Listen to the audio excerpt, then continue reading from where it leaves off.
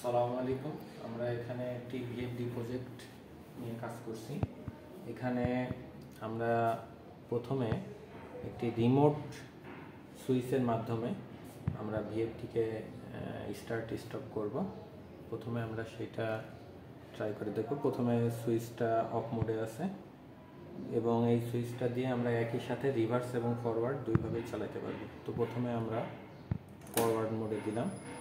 আমরা দেখতে পাচ্ছি 45 আমাদের আগেই ফিক্স করা একটা ফ্রিকোয়েন্সি, সেই ফ্রিকোয়েন্সিতে মোটরটি ফরওয়ার্ড মোডে ঘুরতেছে। এরপরে আমরা বন্ধ করে দিলাম।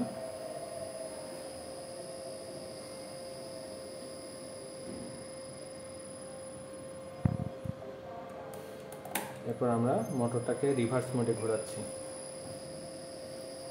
মোটরটা এখন রিভার্স মোডে ঘুরতেছে।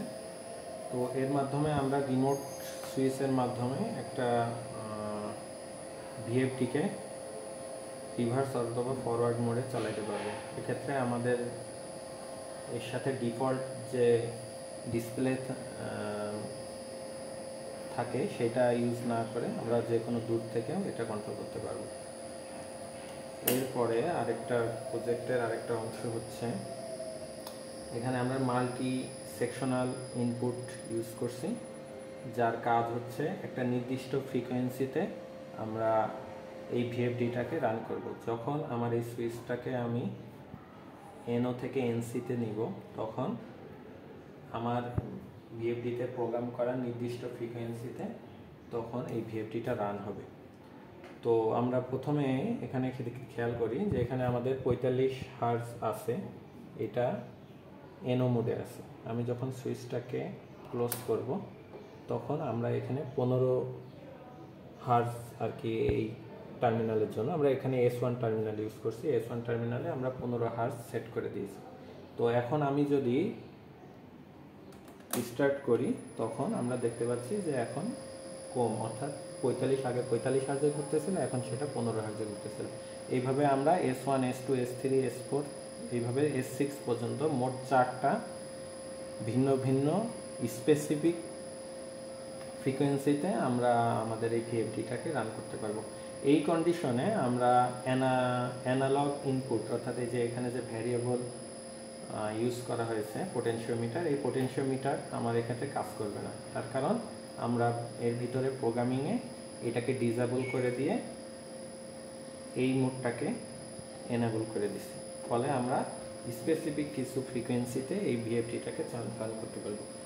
আর এই মোডটাকে যদি আমরা এখন মাল্টি সেকশনাল ইনপুট মোডটাকে যদি আমরা ডিসেবল করে দিই এবং এই অ্যানালগ মোডটাকে এনেবল করে দিই, সেক্ষেত্রে আমরা এই পোটেনশিওমিটারের মাধ্যমে আমরা এই ফ্রিকোয়েন্সিকে কম বেশি করতে পারবো। আচ্ছা, আমরা এখন মাল্টি সেকশনাল ইনপুট মোড থেকে আমরা অ্যানালগ ইনপুট মোডে নিয়ে যাব। তো আমরা এখানে দেখতে পাচ্ছি আমাদের F1.01-এ ডিজিটাল ফ্রিকোয়েন্সি সেট আমরা এতক্ষণ এই মোডটাতে ইউজ করছি, যেটা দিয়ে স্পেসিফিক কিছু ফ্রিকোয়েন্সিতে আমরা ভিএফডিকে রান করছি। এখন আমরা পোটেনশিওমিটার দিয়ে যেহেতু করব, সেটা আমরা অ্যানালগ ভোল্টেজ সেটআপে যাব। তো আমরা প্রোগ্রাম এটা চেঞ্জ করার জন্য প্রোগ্রাম সেকশনে যাব। 1 আমার F1.01 এখানে জোরে বাটন চাপ করলে 0 মোডে আছে। তো আমরা এটাকে 1 মোডে নিয়ে যাব, অর্থাৎ অ্যানালগ ভোল্টেজ সেটআপে নিয়ে যাব। এরপরে আমরা অনেকক্ষণ প্রেস করে ধরে থাকলে আমাদের এটা সেটআপ হয়ে গেছে। তো আমরা এখন অ্যানালগ পোটেনশিওমিটারের মাধ্যমে আমরা এই ভিএফডিটাকে রান করতে পারবো। তো আমরা চলে যাই, আমাদের এখানে সেই আগের 15 হার্জ আছে, এটাকে আমরা নর্মাল করে দিই। এখন এটা 20 হার্জে আছে। এখন যদি আমরা পোটেনশিওমিটারটাকে ঘুরাই, এই যে আমার এখানে ফ্রিকোয়েন্সি কিন্তু চেঞ্জ হচ্ছে। তো এই পর্যায়ে আমরা মোটরটাকে আবার রিস্টার্ট করতেছি ফরওয়ার্ড মোডে, মোটরটা ঘুরতেছে। এই কন্ডিশনে আমরা যদি আমাদের পোটেনশিওমিটারটাকে চেঞ্জ করি,